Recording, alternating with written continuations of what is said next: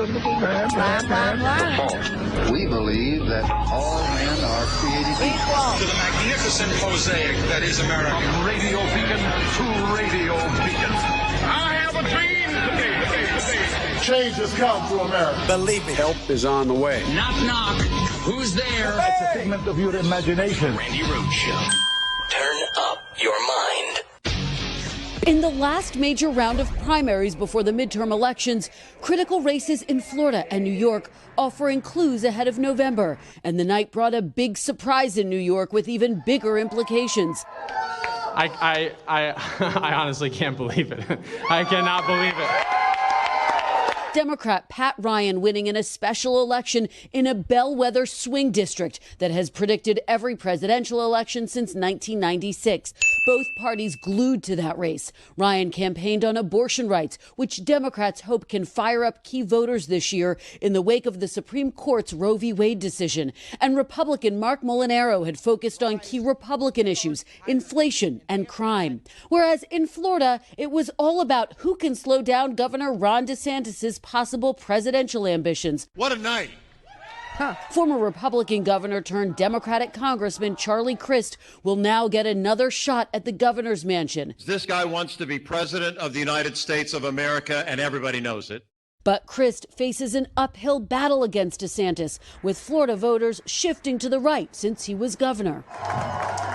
Congresswoman Val Demings won Florida's Democratic Senate primary. Yay. She's hoping to unseat Republican incumbent Marco Rubio in a race recent polls show is increasingly competitive. Tonight is a good night. Am I right about that?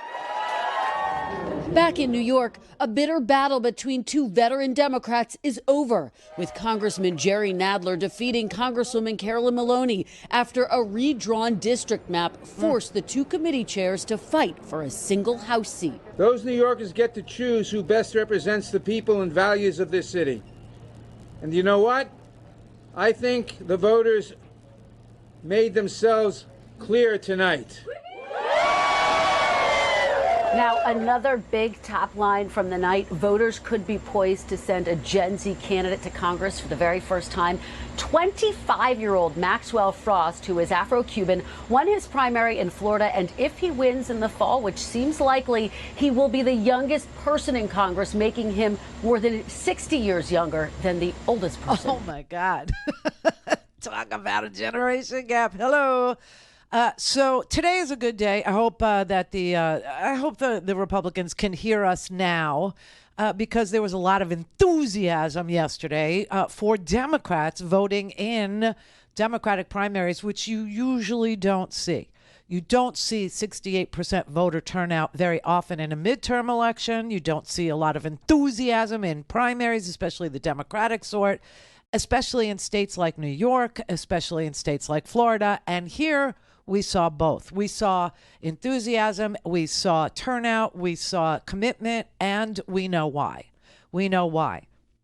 They can run on what is a global, horrific thing called inflation, which is being tamed by us with managing the economy in the way that the Federal Reserve does. The only tool they have is, to raise interest rates to slow down the economy, and it seems to have worked. Job creation hasn't been hit. Wages are up.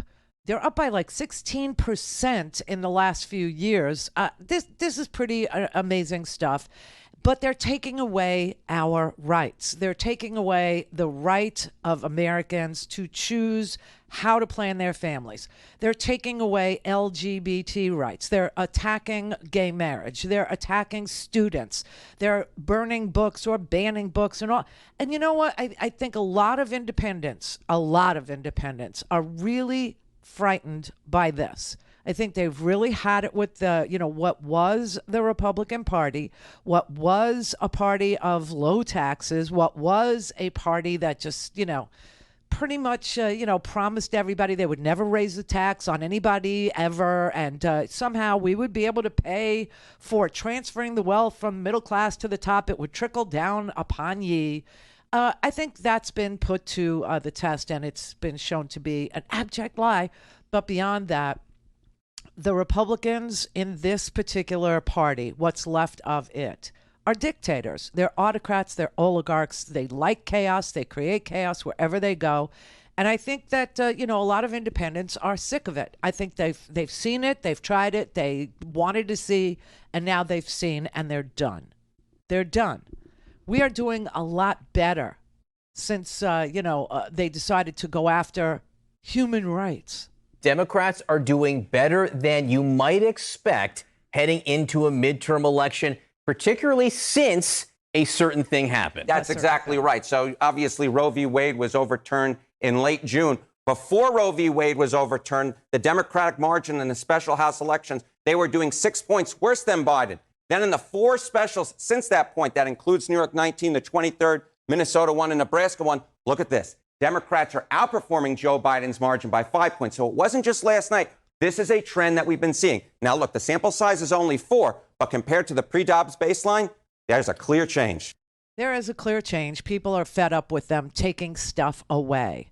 You would think that, people in this country would have been disgusted and, had it with them after the tax debacle that Donald Trump signed into law, where transferred, the majority of the tax dollars to the 87% of the wealth. The 87% of it went to the wealthiest 1%.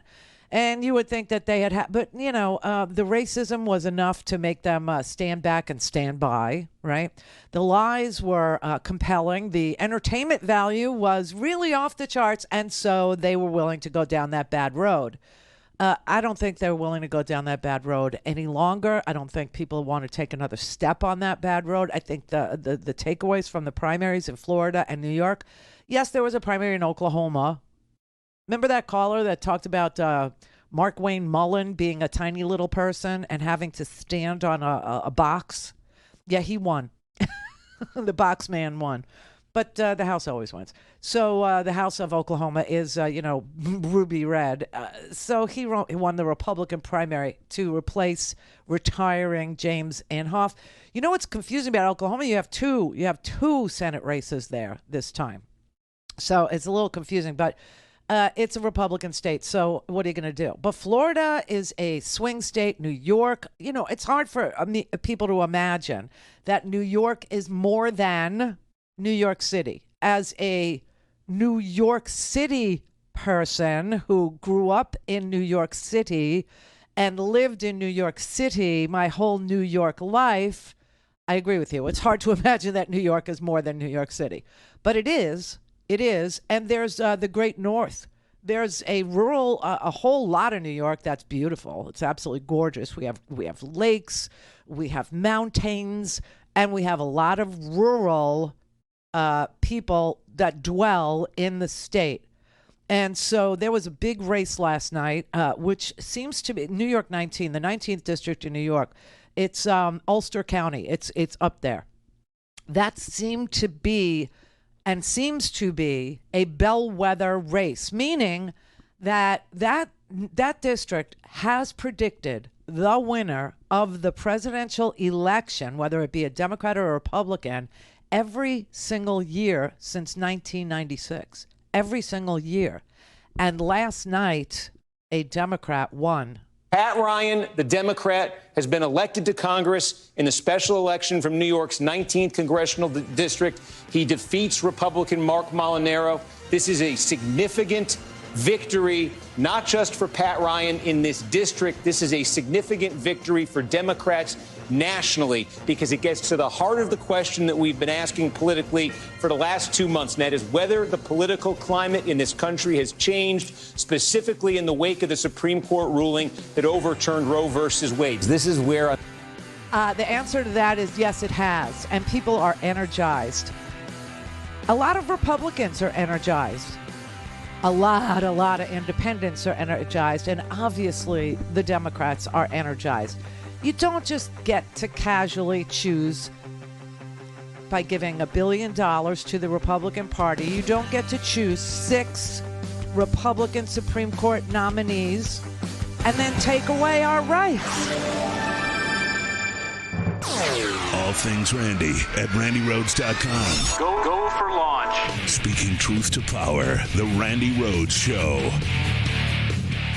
Pre-Dobbs, which is the overturning of Roe versus Wade, on average, Democrats were running 6 points worse than Joe Biden. In special elections. These are elections that actually have results. People take seats. And in the 4 special elections since Dobbs, they're running 5 points better. Which makes the question, is this a trial run for what we are going to see in November? Yeah, I mean, the answer to that is yes. And I think you are going to see any Democrat that hasn't already put abortion rights front and center in their campaign, they're going to add advertising dollars to that very message going forward here. There's little doubt, both in the electoral results you just pointed to in these special elections, in the polling that's out there, and in the way these candidates are spending money and messaging on this, that this is a motivating force. In addition to the special election, remember there was that ballot measure in Kansas on abortion rights itself that showed a big outpouring of Democratic turnout there. This is an issue that is igniting Democrats at precisely a moment they needed to be ignited. There are these still larger factors in American politics, right? Joe Biden's approval rating is down in the low 40s. There are real cost of living issues for Americans. But there is something shifting in the sand in politics that, Republicans are going to start to wonder, might their potential wave have crashed a little early? Yeah, I mean, you don't take people's rights away by, buying yourself 6 people to sit on the Supreme Court and expect to get away with it. I mean, this is America. People are not, going, oh, here, please take my rights away. This is not who we are. The idea that we're going to leave our kids worse off than we found ourselves, or worse, situated worse with regard to human rights or with regard to choices in life that they can or don't make, or what, that's a ridiculous thing. I mean, that's betting against the American people, and it never ever pays off. And that's what's going on here, and everybody knows it. And this guy Pat Ryan, who's a young guy who ran in this Bellwether district in New York, it's a very swingy district. It's very purple. Sometimes it goes Republican, sometimes it goes Democrat. He ran his entire campaign, the entirety of his campaign. Now, I will say he is a veteran. He's a guy who served our country. He has a really good, CV, curriculum vitae. He's got a good pedigree, just like Val Demings. Val Demings here in Florida. Val Demings is going to take on Marco Rubio, and she is a dream candidate, a dreamy, dreamy candidate. Why? Why is Val Demings so dreamy? She's not, uber left or uber anything. She's a very moderate Democrat, number one. Number two, she was the police chief of the Orlando police force and on the police force for 27 years. And Marco, little stupid Marco, who's barely paying attention to anything around him, is attacking her by saying she wants to defund the police. I hardly think that's true. But I guess he thinks that Floridians are just that stupid, and that he can lie, and that he cannot show up for work repeatedly, and that he can vote against everything that we want to see. We want lower prescription drug prices. He voted no. We want, some background checks on guns. He voted no. We had this mealy-mouthed, this lily-livered sort of gun legislation that simply incentivized states to do red flag laws. Now, Florida does have a red flag law, and we have prevented 8,000 people from having a weapon while they were being flagged for not being okay. 8,000 people were prevented. He voted no. He's against that. I mean, everything that you would want to see happen in the way of moving forward, which is typically called progress, he's against every single damn thing. He never showed. He's against, expanding Medicaid. He wants seniors to have to, think that they have Medicare for 5 years at a clip, and then it should come up again for a vote. Same thing with Social Security. It should come up again for a vote. He wants to ban books. I mean, he is so disconnected from reality. And she rides a Harley. She's smart. She was a police chief. When she was police chief of Orlando, crime went down by 40%. And he is going to campaign against her by saying she wants to defund the police. It's ridiculous. Ridiculous. Also, she's pro-choice, okay? I dream of an America where we protect constitutional rights, like a woman's right to choose. Now, I've said it along this campaign trail. Let me say it again. We're not going back. We're not.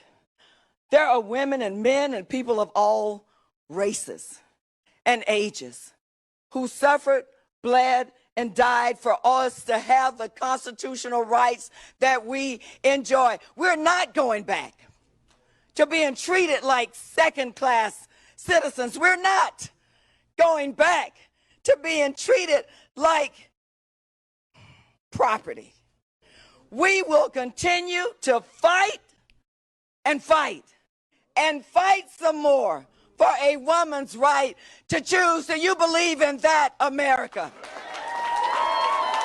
I mean, it's not just the right to choose that's, on the cutting board here, but you've got, prescription drugs that Marco Rubio voted not to lower the price, not to let the Medicare is the largest purchaser of prescription drugs. Why would you hobble them? Why would you say, you buy prescription drugs all the time? I don't think that you should be able to bargain for a better price. Why would you do that? How is that the American way of life? It isn't. Okay. He doesn't want the ACA. This is a man who ran around saying repeal and replace. Okay. What do you want to replace it with? I don't know. They're after your voting rights. Okay, that's what she means. We're not going back. People bled and died for constitutional rights, meaning the right to vote. Okay, HR 1 needs to get through. It needs to pass the House. It needs to go through the Senate, and it needs to be signed off on. And then it needs to go to the president's desk. That will secure our voting rights, number one. And number two, it will take dark money out of politics. And for those of you who are going to come at me after yesterday showing you that there's one guy who literally donated 100% of the shares of his $1.6 billion privately held company to Leonard Leo for Leonard Leo to spend on courts, for Leonard Leo to spend on legislation, for Leonard Leo to spend all over the Republican Party, tax-free, because he gave the shares. They donated the shares to a charitable organization, and then the charitable organization sold the shares and got the cash. Yeah. And so now I get an email from somebody who goes, what about George Soros? So let's not even quibble. George Soros has never given $1 billion to politicians of any stripe at any time, anywhere. This was the single largest, unbelievable amount of money to a single party. But if you think that George Soros shouldn't have a say in politics just because he's wealthy, which he is, then surely you agree with me that HR 1 needs to pass. Surely you agree with me that all this money needs to come out of politics. Oh, no, you just want the issue. You just want to, try and trigger a lib. Well, F you, it didn't work. Get the money out. Call in, connect. To speak to Randi, call 561-270-3844. 561-270-3844. When our country called, he served. Pat Ryan graduated from West Point and risked his life in combat. He fought for our families, for our freedom. And freedom includes a woman's right to choose. How can we be a free country if the government tries to control women's bodies? That's not the country I fought to defend. I'm Pat Ryan, and I approve this message because in Congress, I'll fight to protect all of our freedoms. And he won. He won in a very swingy district. That's Pat Ryan. Get to know him. Everybody get to know him because he's going to Congress. Obviously it's a primary, but he's going to Congress. Oh, well, that was a special election. He actually won a seat last night. So he is definitely going to Congress. And I'm telling you that there are no people who are in the mood to surrender their rights. Okay? As we, go down this bad road of no choice for women, we're starting to see women suffering. We're starting to see women die. We're starting to see women who are told that they can't have a DNC because it's the same procedure. It's the same procedure that's used for an abortion, even though she's miscarried. We're seeing women being sent home sent home to bleed out, to hemorrhage out, instead of, what OBGYNs know how to do when a miscarriage has occurred. I mean, I'm so sorry, but I don't know a whole lot of people in this country that are for watching this happen and doing nothing about it. And so, yes, you bet your bottom dollar that Democrats and independents and about 20% of the Republican Party is showing up to vote against this this demolition of our rights. I don't listen. Val Demings is going to beat Marco Rubio. There's no question in my mind. We will send a Democratic senator to replace a Republican-held Senate seat from the red state of Florida this particular election. I know that Fetterman is going to win in Pennsylvania too. I know Tim Ryan is going to win in Ohio against idiot boy J.D. Vance.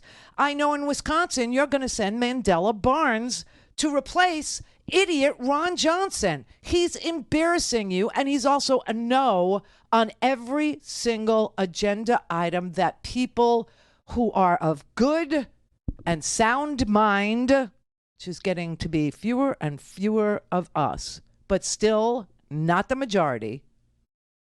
People who are of sound mind are done with this. What do you mean you don't want Medicare to negotiate the price of prescription drugs? What are you talking about? Why am I paying $1,000 for a 100-year-old drug known as insulin? Why can't I just pay $35 a month and still give the company that manufactured it a nice profit? Because they are making a profit at $35. Why should you have to pay $1,000? Because the Republicans told you that. Why should we have to see all this dark money sloshing around in our politics? Why do I have to listen to Sheldon Whitehouse, a senator from Rhode Island with an Ivy League legal degree, lay out the scheme about how $1 billion or $500 million goes into purchasing the Supreme Court? For those of you who are upset because you think George Soros is picking prosecutors, you should be just as upset that $500 million is picking judges, justices, who are deciding about voting, who gets to do it, who are deciding about women's rights, who are deciding about are corporations people, my friend? No, corporations are not people, my friend. Six people paid for, purchased, making these decisions for us. The guns. Oh, my God, this whole thing about guns. I swear to God, background checks are something every single American, almost to a person, agrees should happen. These Republicans are against that. They voted against it. They didn't even want to look into an attack on the Capitol. They didn't want to, they voted no for a January 6th investigation. But they're for investigating Benghazi, where 4 people, who were stationed in Libya died. 11 hearings we had. 11 freaking hearings. Hillary Clinton, she didn't defy a subpoena. She showed up. She got sworn. She testified for 11 freaking hours. 11 hours. And the only soundbite you got out of it was when they finally, after like the 10th hour, she said, "What difference does it make?" to a question. And that was the soundbite. That's what they had the hearings for. And then they admitted, oh, well, the only reason why we did it was because we wanted to, tamp down her popularity. We wanted to tamp down her polling. I mean, it's so sick. They are so twisted. And now they want to defund the FBI. But they're going to run against Val Demings by saying she wants to defund the police after 27 years in law enforcement? Please spare me this. America isn't having it. We're not in the mood to see all of these things end. We're not in the mood to see democracy end. We're not in the mood to see, the FBI go away. We're not in the mood to see no voting rights anymore. We're not in the mood to see more money in politics. We're not in the mood to see Medicare not negotiate prescription drug prices. And also, you know what else happened today? So as if that weren't fabulous enough, if we haven't done enough in 18 months of being in charge of a small sliver of things, because remember, we still have a filibuster that, prevents real legislation from ever getting a vote. And all it takes is one stupid Republican to stand up and say, "I'm not in the mood to debate you." And the whole thing goes away, right? The whole thing goes away. Meanwhile, we were still able to get the American Rescue Plan out the door. We were able to do a bipartisan infrastructure package. You're going to start to see things being built. We have in Ohio, they're asking for 7,000 construction workers to answer the call because they want to build this Intel plant that's moving to Ohio. Okay. And so they're asking for workers there, and these are great paying jobs and blah, blah, blah. And Biden's smart enough, and the Democrats are smart enough to put in the construction bills the fact that they have to be union jobs. Thank God. So that you, as a worker, can collectively bargain. It's like they want to take away everybody's right to negotiate their own damn life. Like Medicare should not be able to negotiate with Big Pharma because Big Pharma is God. It's gold. You don't negotiate with Big Pharma. They tell you what you're going to pay. They tell you. And then they advertise they spend, tens, if not hundreds of millions of dollars on the TV advertising drugs that will cost you thousands of dollars a month to try. The biologics, the Xeljanz and the Cosentyx and so now, we're supposed to believe everyone in America has psoriatic arthritis. Everyone. And this biologic and that biologic and this infusion and that infusion, how much is it? $20,000 a month? Oh, great. Yeah. We're so sick of it. And now they don't want us to be able to negotiate for fair wages or safe workplaces? Yeah, we must kill the unions. Oh, please. The Republicans really do not believe in the middle class. They don't believe in hard work. They believe money that makes money should be prioritized over work that makes money, over labor, over working. And they show it to you over and over and over again. And some people keep voting for it. This is the Randi Rhodes Show. To speak with Randi, dial 561-270-3844. That's 561-270-3844. It is the Democrats' last chance to stop him. And it's going to be a lot cheaper to do it in Florida than it would be to do it in 50 states. So let's do it now. Let's stop this thing. And I'll give you some other numbers. He's not that popular. What is he, 50% approval? Well, when I was governor of Florida, my approval rating was 72%. I'll take that 22% difference in 2022 any day, and 6 ways to Sunday. I'm going to beat this guy. People don't even know what's going on in the Sunshine State, Caitlin. It's unfortunate, but this guy has attacked everybody, women and their right to choose. Did you see Kansas? What happened at Kansas? That's like Mississippi or Alabama. Florida's a lot different than that.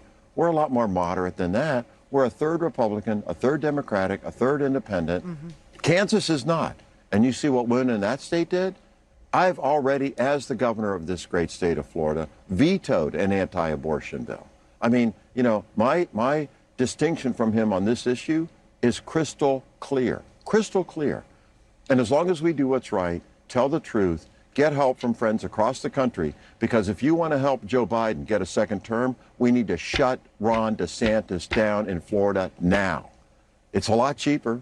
Help us now. Go to charliechris.com. Today's the day. Now's the time. You want a moment to do what's right for our state and for our country and for democracy? This is it. This is it. This is where we stop, the dictator DeSantis, who wants to, ban books and literally banned math books. Math books.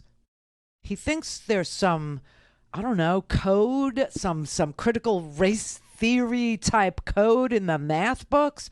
I mean, this is really sick. This is all culture war stuff. This is really not solving anybody's problem in Florida or anywhere else. This isn't solving the problem of our I don't know if you know this, but our insurance in Florida has gone through the roof because of fraud. because of fraud. There was a big roofing fraud where, people were scammed.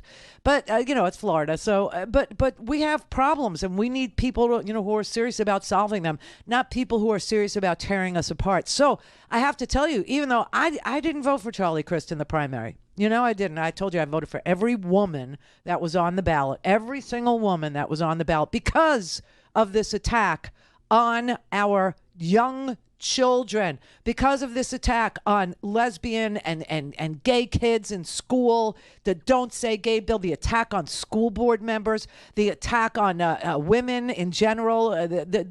Next, they want to do contraception bans. They want to ban gay marriage. I'm so sorry, but families are families, and everybody here has learned to live and love and not judge other people's families. But Ron Death Sentence isn't satisfied with that. He wants to just pick scabs off of old healed wounds and let them become oozy, pussy gravy sores. Again. This guy DeSantis is literally tearing Florida apart. Following last night, what is your plan over the next 11 weeks to take on Governor DeSantis? To tell the truth. To tell how he's tried to tear apart my state. Attacking LGBTQ children, attacking women and their right to choose, disrespecting women, attacking African-American voters, making it more difficult for them to vote, not having drop boxes in minority communities throughout the state of Florida, making it more difficult for my parents to vote, my 90-year-old father, my 87-year-old mother, making it harder to use mail-in ballots in this state. It's shocking. I mean, it's like he wakes up every morning about the new group he wants to attack. We don't need, to tear my state apart. We need to bring my Florida together and do what's right for people and have a heart in the governor's office again, instead of somebody whose ambition is so absurd that it's blind for the White House, instead of caring about anybody's house in Florida. And we have property insurance rates, they're through the roof. It's crazy. It is crazy. Nothing is going well here. Nothing, absolutely nothing. The cost of living here is through the roof. Rent is through the roof. Everybody here knows it. Housing is through the roof. Insuring your house is through the roof. There's nothing that this man has done except divide us, except scream and yell and threaten and have people go to school board meetings and threaten the school board and talk about banning math books and talk about banning The Bluest Eye and banning, Anne Frank's diary. I mean, this is some sick crap, right? Now, I will tell you, I lived here when Charlie Crist was the governor. I barely noticed he was the governor. I mean, he just, things were normal. Everything was fine. We didn't have crime problems. We didn't have a cost of living problem. We didn't have problems insuring our homes. We didn't have problems with women's rights. We didn't have a problem voting here, and he was a Republican governor. Charlie Crist was a Republican governor. And before that, he was the Attorney General of the state of Florida. We had no issues with him. None. He's now my new best friend. You understand that? Charlie Crist is my new best friend.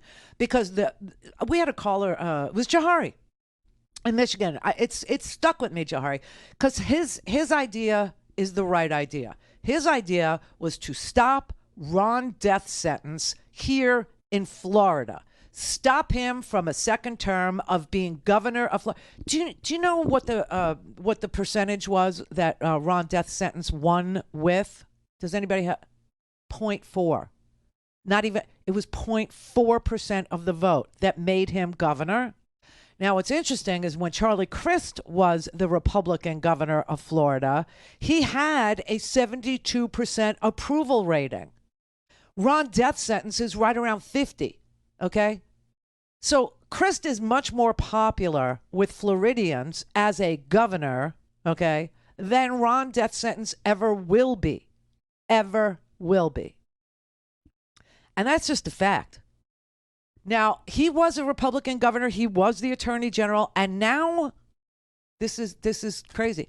He literally sees his party. He saw his party go off the rails so fast and so completely that Charlie Crist switched parties and now is a Democrat, which is very, very odd in the state of Florida to do. If you are a Republican governor with a 72% approval rating, wouldn't you want to run again as a Republican for the governorship? Yeah, he can't, because he cannot abide by this insanity that is posing as a political party. He can't abide by this cult of personality that has replaced his party. And that's why he left his party. And it wasn't that he really left it, it's that the party left him. This is a moderate man who knows how to solve problems. And that's why he had a 72% approval rating as Florida governor. But he's a Democrat now. And here's his quote. He said, the leadership of today's Republican Party is gone. There is no leadership. It's lurching from one culture war to another, attacking LGBT communities, attacking African-American voters, attacking women and the right to choose. He's like, I'm not one to use strong words unless they're true. But in this case, these words are true. They are an extremist, overreaching party, and that executive power is being abused by DeSantis. And one of the great things that is knowable about DeSantis is DeSantis. We had an election. We elect our district attorneys, and we had one in Hillsborough County, which is Tampa, and the abortion ban that Ron DeSantis tried to impose on women here, 15 weeks of pregnancy. It was rejected by the court because we have in our state constitution the right to choose. And so the courts here said it's unconstitutional, you can't enforce it. So the DAs couldn't enforce the law. Ron DeSantis wants the law enforced, even though it's unconstitutional as found by a court of law in the state of Florida. And so he fired an elected district attorney in Tampa who refused to enforce an unconstitutional law. And so Chris said that is an extremist overreach of executive power. And he said, and I'm not one to use these sort of strong words unless they're true. And in this case, it's true. We need to realize what this guy is doing. He wants to be president of the United States, and he's using Florida as his proving ground to do it. But he's barbaric. He's a wannabe dictator. Can't talk about anything in school anymore. Can't unless Ron says you can. Unless the governor of Florida says it's okay. No discussion of gender. No discussion of anything. Can't protest in Florida. He wants people to be able to run you over. Yeah. Banning books, math books. Who the hell bans a math book? He did. But it's important to understand that death sentence literally took the governor's mansion by 0.4%. Mary had a little lamb. We believe that all men are created equal. To the magnificent mosaic that is America. From radio beacon to radio beacon. I have a dream. Change has come to America. Believe me. Help is on the way. Knock, knock. Who's there? It's a figment of your imagination. Randi Rhodes Show. Turn up your mind. Public college used to be debt-free, right here in America. We have funded public college, and we have experienced fully the benefits of a well-educated, talented workforce. Lift off. In the 1950s, 60s, and 70s, millions of families were able to send their kids to college and be the first ones to graduate, and they did it debt-free. Wow. The GI Bill for returning veterans was an investment in people that paid off for society $7 for every dollar that was invested. That investment in making college virtually free for everyone helped unleash the greatest middle class the world had ever seen. And yet, somehow, all we seem to be able to do is cut, cut, cut. Tuition has tripled over the course of a generation, and student debt has skyrocketed, surpassing over $1 trillion. So what happened? Racism. Or more specifically, the way racism evolved to become a political weapon. You start out in 1954 by saying by 1968 you can't say that hurts or backfires, so you say stuff like forced busing, states' rights and all that stuff. And you're getting so abstract now, you're talking about cutting taxes and all of these things you're talking about are totally economic things, and the byproduct of them is blacks get hurt worse than whites. We want to cut this, and we want is much more abstract than even the busing thing, and a hell of a lot more abstract than Dog whistle politics has always centrally involved public education and integration. From the very beginning, dog whistle politics turned on stoking resentment of integration of educational settings. It starts with a dog whistle phrase like states' rights, which was the right of southern states to resist integration ordered by the federal government. It includes forced busing, a northern analog, which pretended that the issue was putting children on buses, rather than the integration the busing was designed to achieve. Dog whistle politics helps explain how the wealthy and the powerful have used a simple formula to sell their economic agenda in a way that hurts all of us. Fear people of color, hate the government, trust the market. And as we've scared whites about integrated public education, we've built support for politics that says cut public funding to public schools, to public colleges, and indeed to just about everything public. And that's how they do it. And they're doing it now. They're doing it now with the critical race theory garbage and banning math books and stopping the availability, not even the teaching of, because I'm not aware anybody ever taught the Diary of Anne Frank. No, you can't even have that in your school, and instead devote entire hours on M&Ms or testicle tanning or any other ridiculous thing. So this is why the dumbing down of America was always a goal of the Republican Party. But what they knew and still know is everybody suffers, except for the very elite, except for the very wealthy, except for the very top of the food chain. Everyone else suffers. Everyone else experiences the dumbing down of their society, the dumbing down of our community, the lack of technology and technological advancement. You know, my dad went to school on the GI Bill, and he was an engineer. And back after World War II, most of the guys who came back took advantage of a free GI Bill education. And we saw the most unbelievable advances in technology in the world right here, which is why people talk about American exceptionalism. American exceptionalism is a phrase that caught on because the world was standing there stunned at our technological prowess, our advancement, our ability to navigate science and math, and to create a space program out of basically nothing, to create an internet out of basically nothing, to create computers small enough to put on your desk, which was like fantastical to talk about in the 40s and the 50s and the 60s. But we got there, and we got there really quickly because we invested in free education, free public college. College didn't cost anything, nothing. Now, today, people who try to go to college are holding $1.6 trillion in debt. $1.6 trillion. That sounds like the GDP of a small country. $1.6 trillion in debt. Why? Because the cost of public schools has tripled, okay? The cost of going to a public college is 3 times more in just the last, since Reagan, okay, than it ever has been.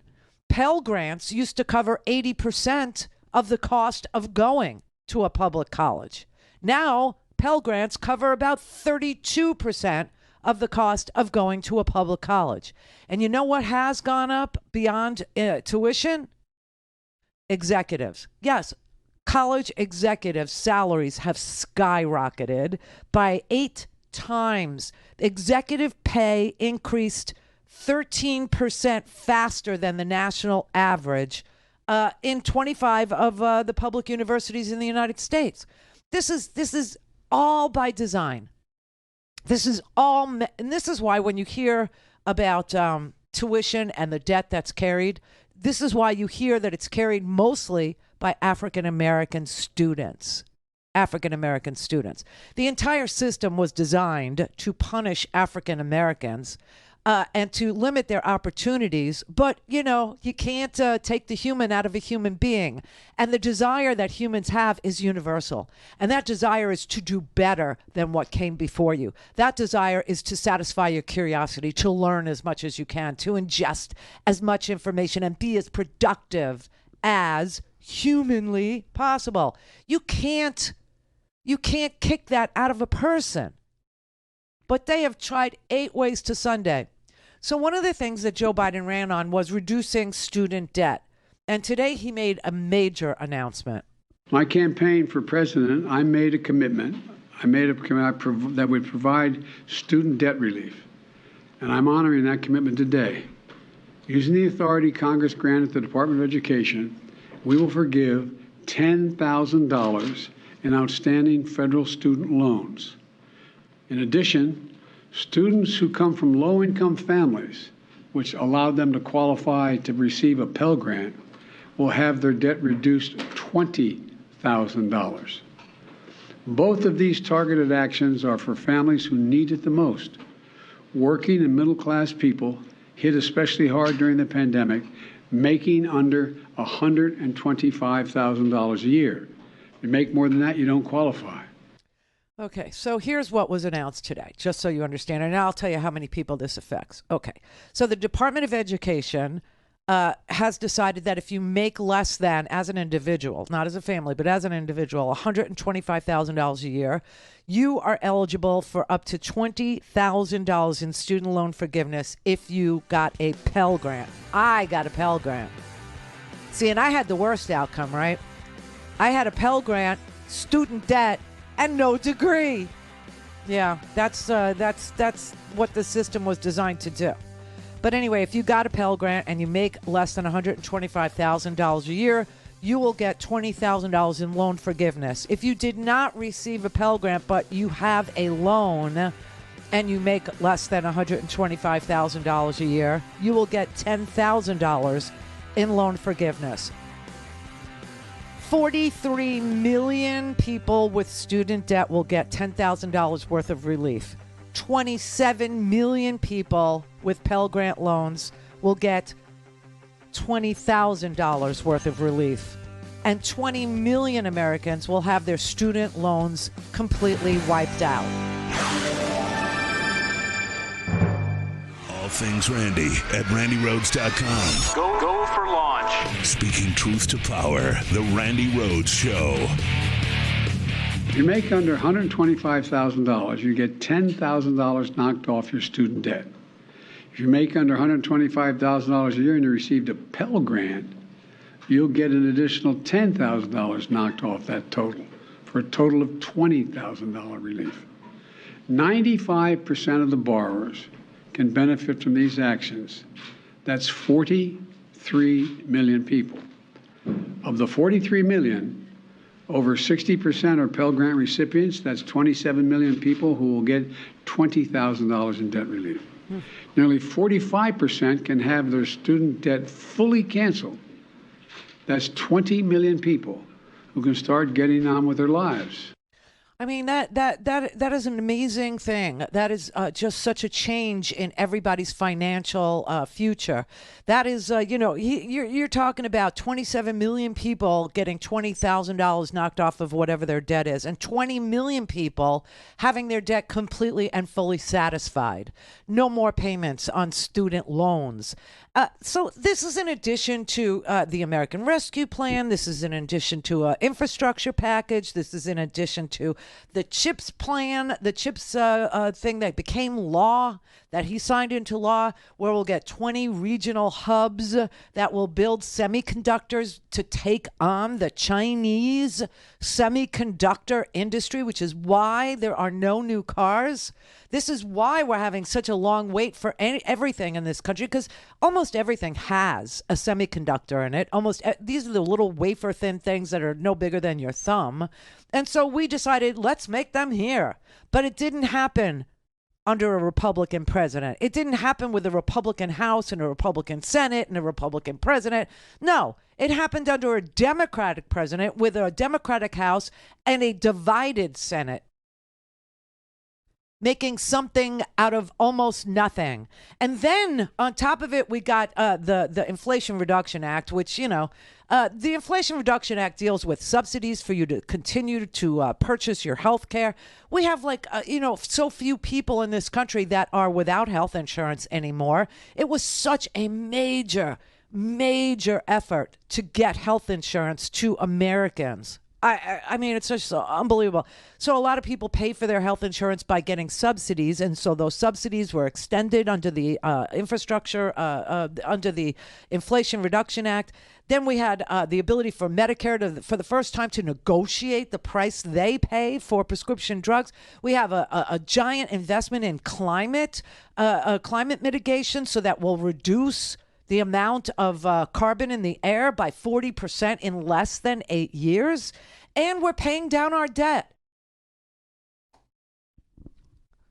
God, I hate Democrats. I hate them. They're so, efficient, responsive, able, smart. What is it that you hate? What is it? Okay, so Elizabeth Warren, who was advocating for $50,000 worth of debt reduction for each and every borrower. They asked her, CNN asked her today, how does she feel since she was advocating for an even larger reduction in student loan debt? And here's what she said. The average student loan debt in this country, as you know, is around $30,000. You did campaign on $50,000 in debt relief. So what is your reaction to this plan for $10,000? My reaction is that this is a great day. That today is the day the president's going to announce that about 20 million Americans will never have to make another student loan payment.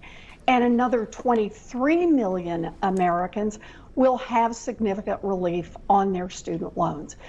Look, will I keep fighting for more? Of course I will. But look at what's happened. It is truly transformative for tens of millions of Americans. And this program has been very carefully targeted to meet mostly the people who have demonstrated a lot of need, and let's just be blunt, for whom it was hard to go to college. We're going to see $20,000 of debt relief for over half of all of the borrowers, and those are disproportionately African Americans, disproportionately veterans, disproportionately parents, and disproportionately first-generation students. So this is about helping America's working class, America's middle class, and really targeting that relief, most relief, to those who need it most. She sounds happy about it. She sounds good. She sounds okay with it. She sounds satisfied. Not completely, but definitely satisfied with this decision today. Veterans, so you know my story. I've told it. I'll tell it real quick. When I went into the military, I did it to get the GI Bill. When I came out of the military, there was no more GI Bill. You know who the president was? Ronald Reagan. Oh. They literally hobbled our ability to innovate, to improve, to educate ourselves. They literally take away the avenues, the opportunities that we have had in prior generations to make something out of nothing, to make ourselves better, to contribute to our country in the most significant way that we have the power to contribute. Why do they do that?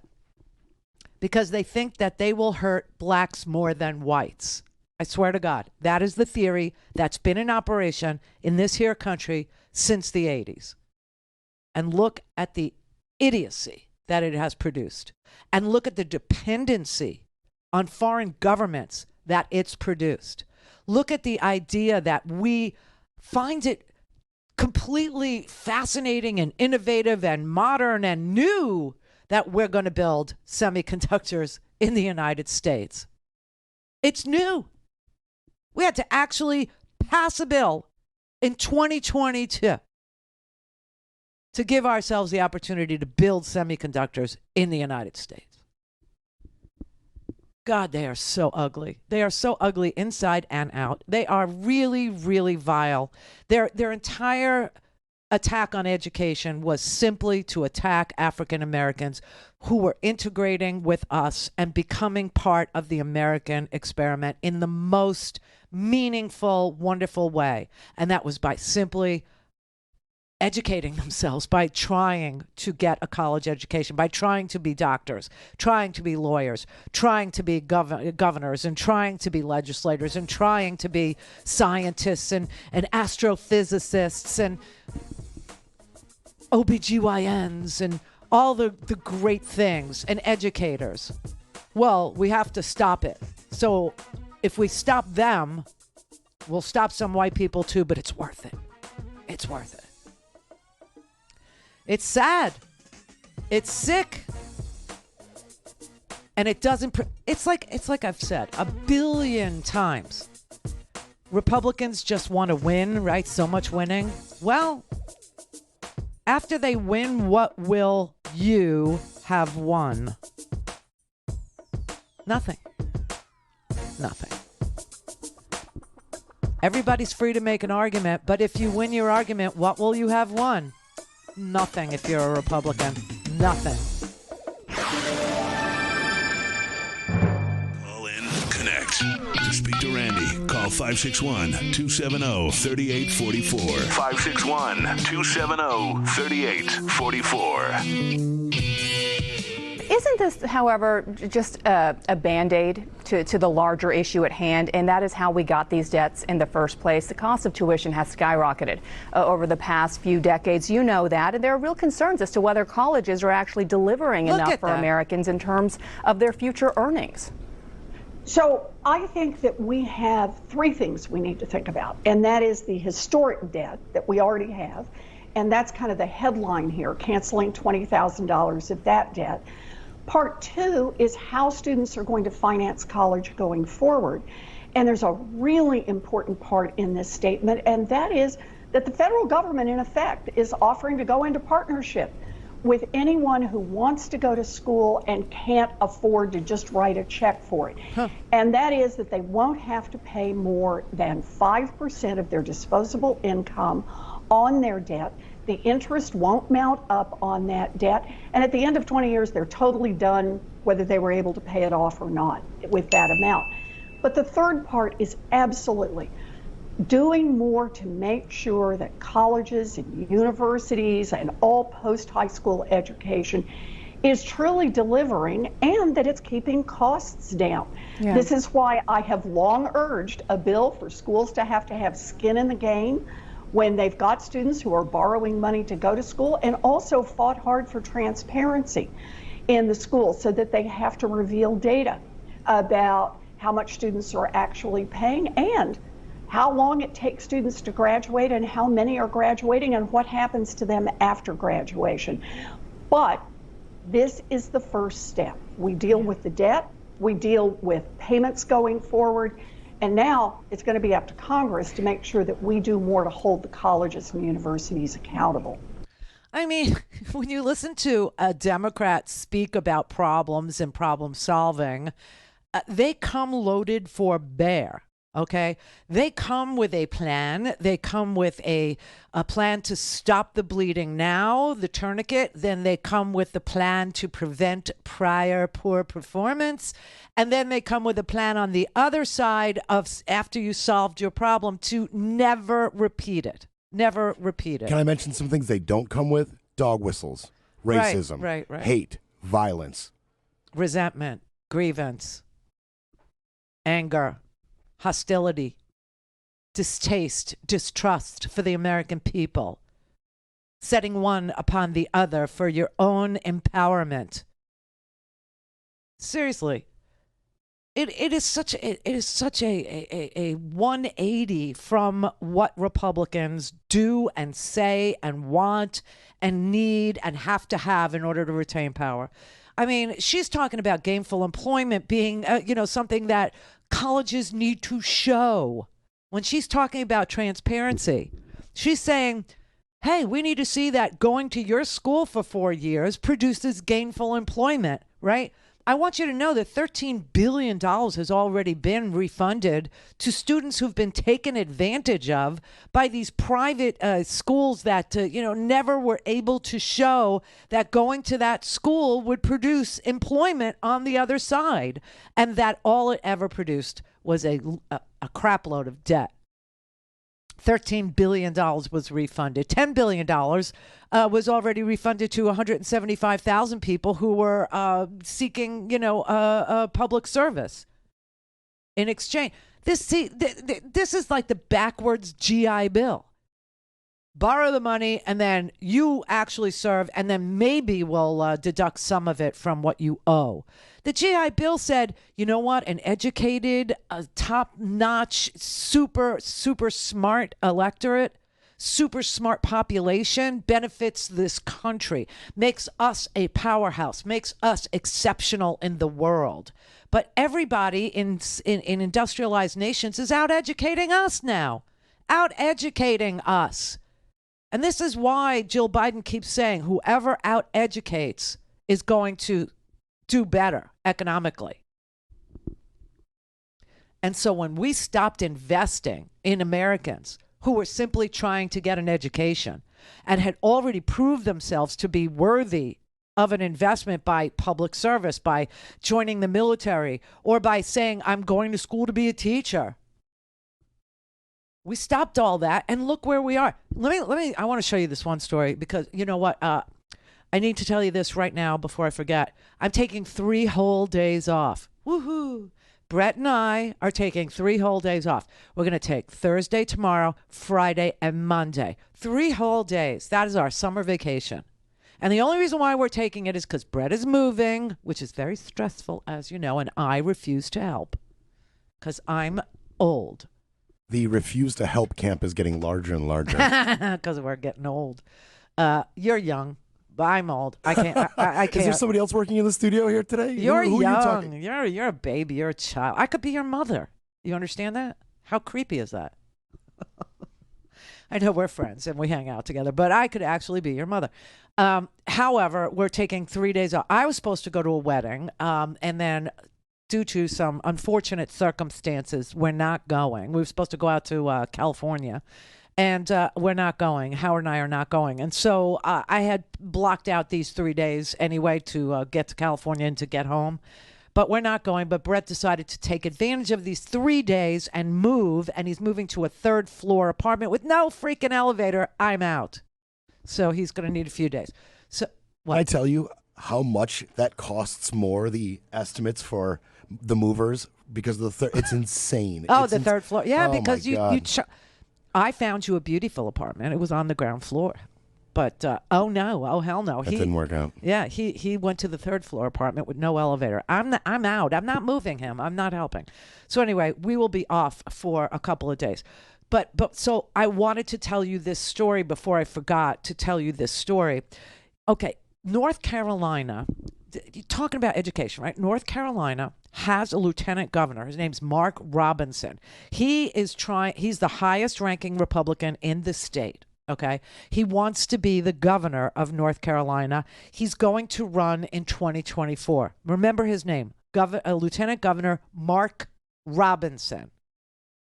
Here's his proposal for our children. Eliminate science and history from public schools until 6th grade. No science taught to our kids until 6th grade. No history taught to our kids until 6th grade. He also wants to eliminate the State Board of Education and abortion and prevent transgender people from serving in the military. What problems do these solve? No problems. He wants children in North Carolina not to learn anything about the periodic table of elements or anything about, nothing about history, nothing about America, nothing about 1776, nothing about the Constitution, nothing at all. No history, no science until 6th grade. What is wrong with these people? What is wrong with them? You're not dumb enough for them yet. So they need to make your children even dumber than you. This is the Randi Rhodes Show. To speak with Randi, dial 561-270-3844. That's 561-270-3844. I will never apologize for helping Americans, working Americans middle class, especially not to the same folks who voted for a $2 trillion tax cut that mainly benefited the wealthiest Americans and the biggest corporations, that slowed the economy, didn't do a hell of a lot for economic growth, and wasn't paid for, and racked up this enormous deficit. Seriously, dude. I mean, it's so interesting how people are going to scream and yell on, right-wing channels tonight about how this student loan forgiveness thing is going to drive inflation. But whenever you give $2 trillion to the top 1%, it doesn't do anything to inflation. It's all okay. It'll pay for itself. And oh, by the way, it'll create growth, which it did not do. This is their talking point. It's what they do. When you dole out $2 trillion unpaid for to the top, the Republicans are all about it. What could happen that's bad, right? But if you forgive $10,000 or $20,000 worth of student loan debt for people who got Pell Grants because they were so poor they qualified for Pell Grants, I was one of those people. Suddenly, you're going to contribute to inflation. Don't you know that? Inflation. Oh, bite me. Inflation is a global phenomenon, and it all happened because of a lack of care for the spread of COVID in this world that caused all kinds of problems in supply chains. Meanwhile, today at my gas station, you know how much gas was? No. $3.29. Exactly 10 cents more than it was before the pandemic. 10 cents. And the price of skirt steak, which is my be-all, end-all, okay? It went from $22 a pound. It's now around $16 a pound. For outside skirt steak, not inside. That's the tough one. The outside is the one you want. So when's the cat food going to come down? I don't know about you cat owners out there. It is insane. Okay, so dog treats, okay? Allen's dog treats, they used to be $5, $6 for a bag of like these chicken strips. It's now $13. $13. My cat's a little bougie. She likes the fancy feast. It's gone from like around 13, 14 for a 25 pack to over 20 something. It's insane. Did you just call your cat bougie? Did you just call your cat a name? She's got a toot, man.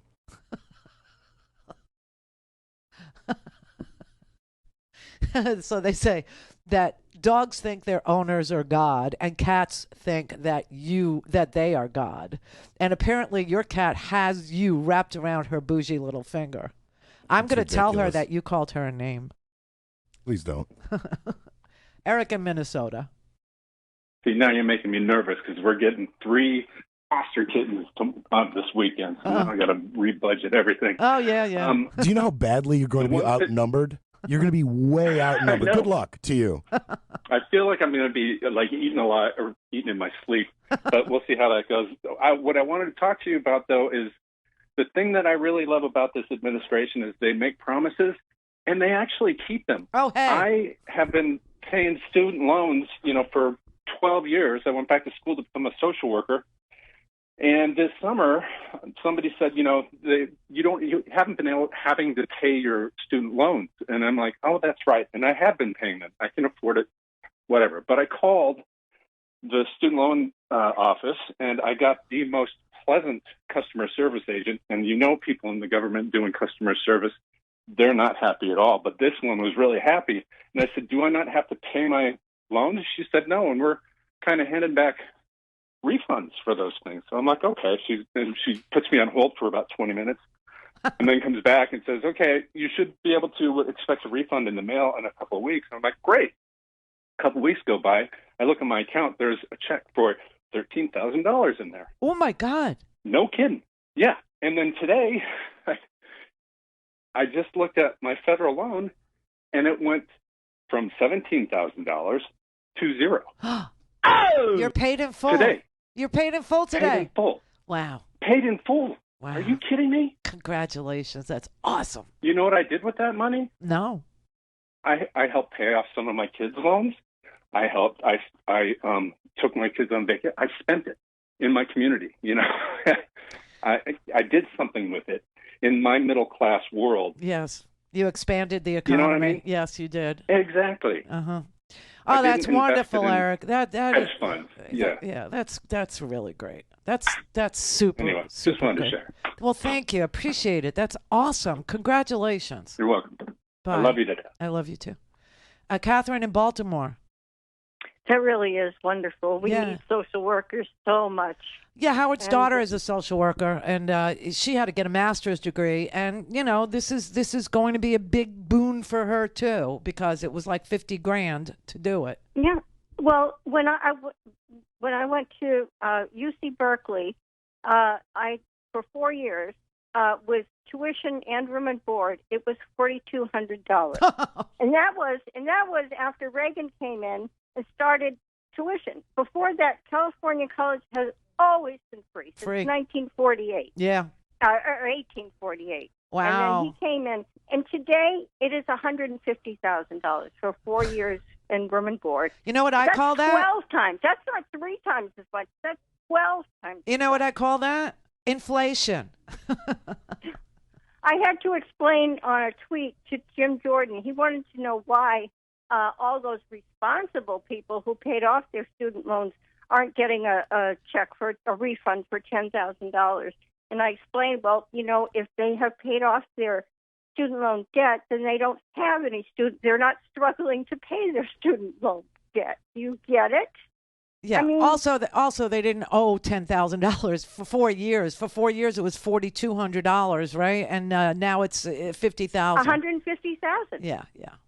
So, and you know, every parent wants their child to, you know, have it better in their life, and they're basically trying to punish students for wanting to improve their lives by getting an education. Yes, they're afraid of ideas. Don't you know that by now?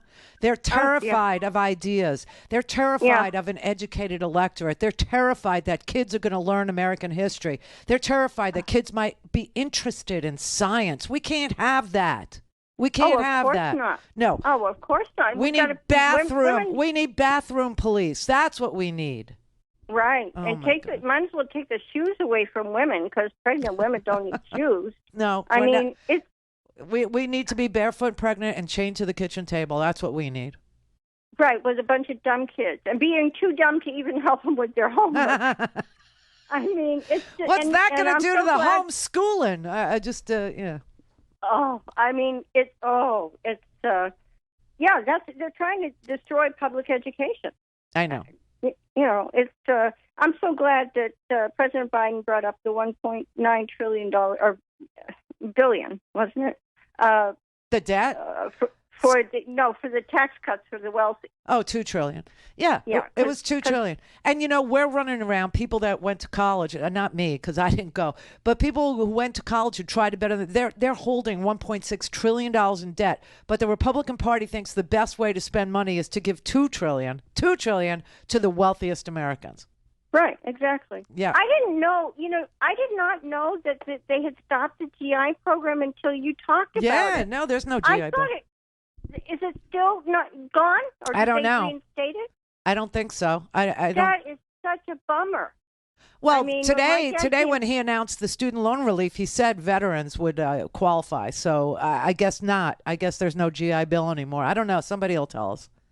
That's horrible. My dad please. came back from World War II, and that's the only way we would have made it into the middle class, because otherwise we never would have. No, we wouldn't have either. That's exactly how my entire family, my mother's brother, my uncle Teddy, he became an engineer after serving in the Navy. My father served in the Army. He was an infantryman. He was wounded in battle. He was in Halloran Hospital for a year after World War II, and he got his GI Bill and became an engineer too. This is how computers became so small that they could fit on your desk. This is how we have alarm systems. This is how we have Ring doorbells. Believe it or not, these are the kinds of things that our GIs did. That our GIs, were able to get a free education to learn science and to learn math and to learn, data processing and to learn, I remember when my father first took me into, I guess he was working for Honeywell, which was a defense contractor after, graduating. And the computer room was this giant cavernous room with a computer that was, the size of this entire room. And all it would do was print out X's and O's. And he had this program that he wrote called Snoopy Fun. And it printed out on big, giant wads of paper, X's and O's, and it formed a giant Snoopy. And now the computer, I have 1, 2, 3, 4, 5. They're all over the studio, and they're tiny, they're teeny, they're itsy bitsy. The hard drive is in the computer, okay? That's what the GI Bill did.